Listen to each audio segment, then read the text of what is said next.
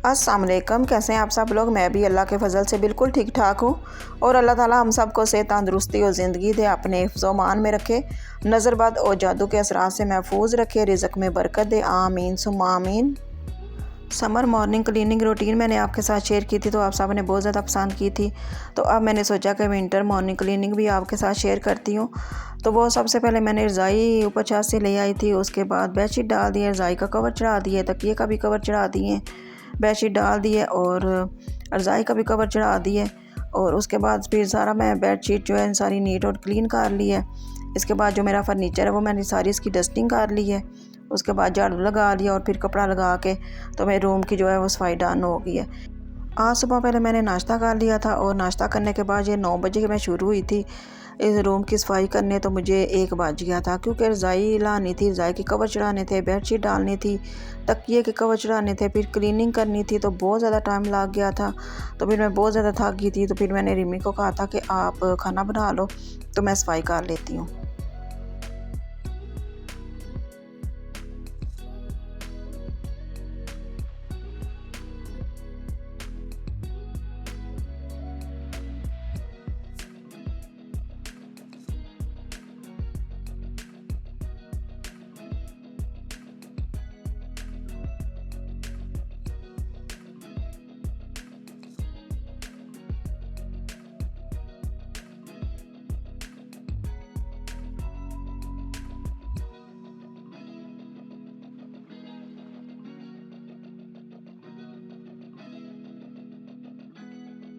इस रूम की सफाई सारी डन हो गई है। तो उसके बाद फिर मैं दूसरे रूम की सफाई करने लगी हूँ और इतनी शदीद सर्दी में सफाई करना बहुत ज़्यादा मुश्किल लगता है।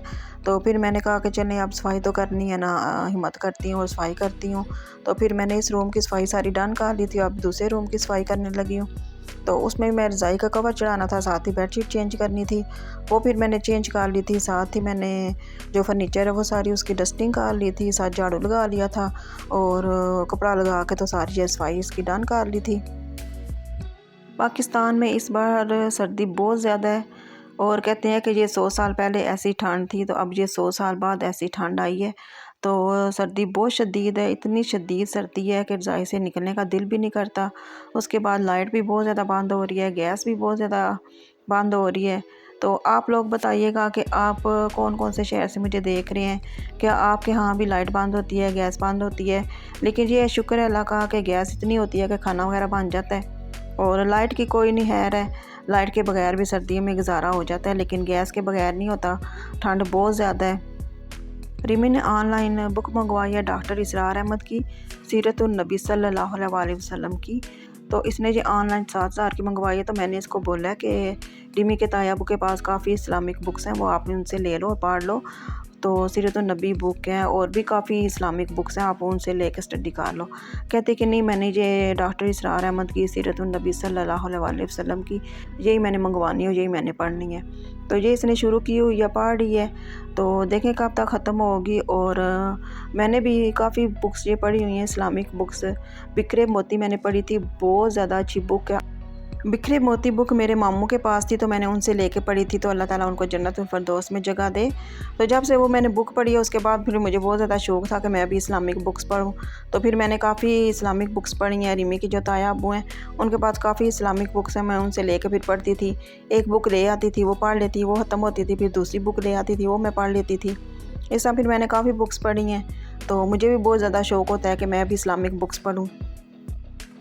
आज अभी जब रिमी को मैंने बताया कि जो मैंने बिखरे मोती पढ़ी है इस्लामी बुक्स और इसके अलावा मैंने कससुल अंबिया पढ़ी है, सीरतुन नबी सल्लल्लाहु अलैहि वसल्लम मैंने पढ़ी है। तो कहती है मम्मा जी हैं ये आपने कब पढ़ी है। मैंने कहा ज़रूरी तो नहीं है कि आपको मैं बताऊं कि ये बुक्स मैंने पढ़ी हैं, आपने तो अभी पढ़नी शुरू की है ना। तो मैंने काफ़ी टाइम पहले पढ़ी थी। तो बहुत ज़्यादा हैरान हुई थी कि मैंने ये इस्लामिक बुक्स पढ़ी हुई हैं। तो उसके बाद ये इस्लामिक बुक्स मैंने काफ़ी टाइम पहले पढ़ी थी, वो भी गर्मियों के मौसम में पढ़ी थी क्योंकि गर्मियों में दिल लंबा होता है। तो फिर ये बुक्स जो है ना पढ़ने में भी मज़ा आता था। तो ये मैं गर्मियों में मैंने ये बुक्स पढ़ी थी। ये इस्लामिक बुक्स मैंने तब पढ़ी थी जब रिमी और उसका भाई बहुत छोटे छोटे थे, तो उस टाइम मैंने पढ़ी थी, इसलिए फिर रिमी को नहीं पता कि ये मैंने इस्लामिक बुक्स पढ़ी हुई हैं। और कभी इतना ज़हन में नहीं आया कि कभी बताऊं कि ये हमने इस्लामिक बुक्स पढ़ी हुई हैं। तो ये जब रिमी ने ये बुक्स मंगवाई हैं तो तब फिर मैंने इसको बताया कि ये बुक्स मैंने पढ़ी हुई हैं, तो आपके ताया अबू के पास हैं तो आप उनसे लेके पढ़ लो। तो फिर कहते हैं नहीं, मैंने ये डॉक्टर इसरार अहमद है, मैंने उनकी पढ़नी है।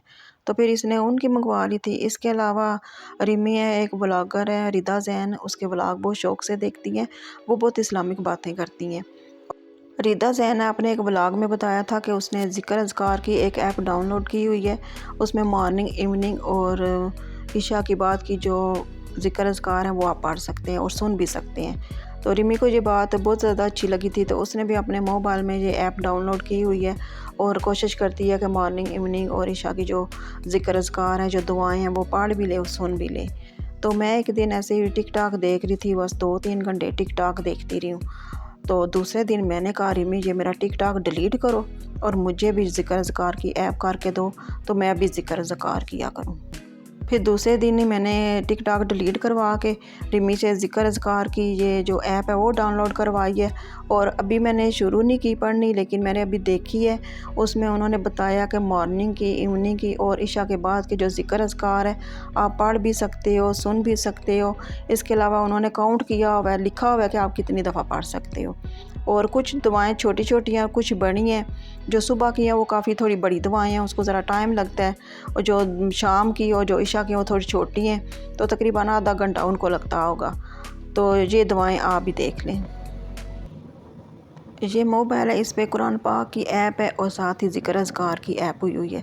ये ज़िक्र अज़कार की ऐप है, इसमें आते हैं कि आप अगर उदास हैं, परेशान हैं, खुश हैं, तो आप कौन सी दुआएं पढ़ सकते हैं, ये सारा कुछ इधर लिखा हुआ है। इसके अलावा कुरान पाक की भी ऐप रिमी ने अपने मोबाइल में डाउनलोड की हुई है और मुझे भी इसने कुरान पाक की ऐप डाउनलोड करके दी हुई है।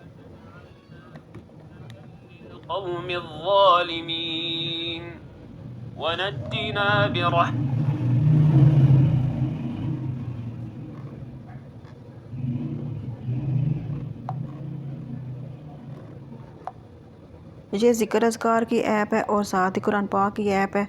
और जब आप लोग ऐप डाउनलोड करिएगा तो मुझे और रिमी को दुआओं में याद रखिएगा।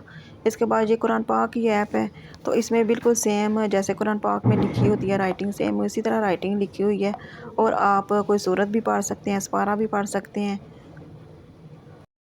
सफाइयाँ हमारी सारी डन हो गई हैं और इसके बाद रिमी ने फिर खाना बना लिया था। रिमी ने आज चिकन पुलाव बनाया तो बहुत मज़े का बना है, साथ ही चटनी बना ली थी। और चिकन पुलाव खाने का तभी टेस्ट आता है जब दम दे लें, साथ ही खाना खा लें, तो उस टाइम बहुत ज़्यादा अच्छा लगता है, बहुत मज़े का पुलाव लगता है। और ये रिमी ने फ़र्स्ट टाइम चिकन पुलाव बनाया तो बहुत मज़े का बनाया, साथ ही चटनी बना ली थी, सबको बहुत ज़्यादा पसंद आया था। उसके बाद रिमी की जो हालार भी हैं वो आ गई थी, तो उनके लिए फिर बिस्किट मंगवा लिए थे और साथ ही पिंक टी बना ली थी रिमी ने। तो आजकल पिंक टी हमारे घर में बहुत ज़्यादा बन रही है, क्योंकि हमें पिंक टी बहुत ज़्यादा पसंद आई हुई है। क्योंकि सर्दी बहुत ज़्यादा, तो फिर बहुत ज़्यादा दिल करता है पिंक टी हो जाए, साथ बिस्किट हो जाए। ये रिमी पिंक टी और साथ बिस्किट ले आई है। ये ज़ीरे वाले बिस्किट हैं, आजकल आए हुए हैं नए, तो बहुत मज़े के हैं, मुझे तो ये बहुत ज़्यादा पसंद आए हैं। और उसके बाद काफ़ी देर विला सिस्टर बैठी रही हैं, बातें करते रही हैं। और फिर मैंने उसको बताया कि मैं आज सुबह की ये काम कर रही हूँ तो बहुत ज़्यादा थक गई हूँ, तो अभी मैंने बैठी हूँ, अभी मुझे रेस्ट मिली है। तो वो कहती है बस हम क्या करें, हम आए हैं, हमने तो काम ही करने है ना। तो ये है कि बच्चे भी मिलके सारा काम करवा लेते हैं। मैंने सफाई कर ली थी, रिमी ने कुकिंग कर ली थी, तो बस यही ऐसे ही होता है। ये नेक्स्ट डे को जी सुबह सुबह हमारा फ्रूट आ गया था, केला, अमरूद, सेब और फ्लूटर, किन्नू और मौसमी। तो जब भी फ्रूट आता मैं इसको वॉश करके रख देती हूँ। उसके बाद फिर नाश्ता कर लिया था और आज रिमी ने आलू की भुजिया बनाई थी।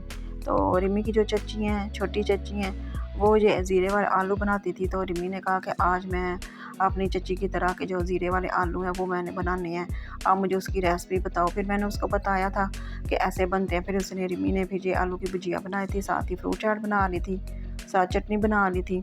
तो वो फिर हम सब ने खाना खा लिया था।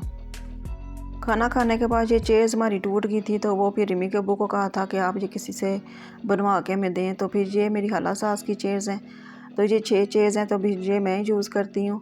तो बाकी एक डाइनिंग वाली 6 चेयर्स हैं वो फिर रिमी की चच्ची यूज़ करती हैं। तो ये फिर चेयर्स जो है टूट गई थी, तो फिर मैंने रिमी के अब्बू को बोला कि आप ये हमें बनवा दें। तो ये फिर हमें किसी से बनवा के दी थी। और ये जो तार है ये मैं खुद लेके आई थी जेलम से, तो ये थोड़ी कम हो गई थी, तो फिर इधर बाज़ार से नहीं मिली थी, तो फिर दूसरे कलर की मिली थी। मैंने कहा चले कोई बात नहीं, ऊपर गद्दी आ जाएगी तो कोई नहीं नज़र आएगी।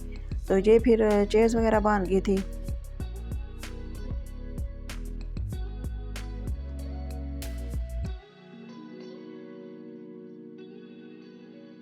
मेरे ना घुटनों में बहुत ज़्यादा दर्द रहती है, तो फिर मैंने किचन में भी चेयर रखनी थी। तो वो फिर मैं अपनी अम्मी के घर गई थी, तो उनकी शादी की चेयर थी, तो डाइनिंग वाली चेयर थी, वो मैं उनसे फिर ले आई थी। तो वो भी फिर मैंने बनवा ली थी और वो मैंने किचन में रख दी थी। तो आई होप आज का व्लॉग आपको अच्छा लगा होगा। अगर अच्छा लगा तो लाइक शेयर और कमेंट ज़रूर कीजिएगा। दुआओं में याद रखिएगा। ओके, अल्लाह हाफिज़।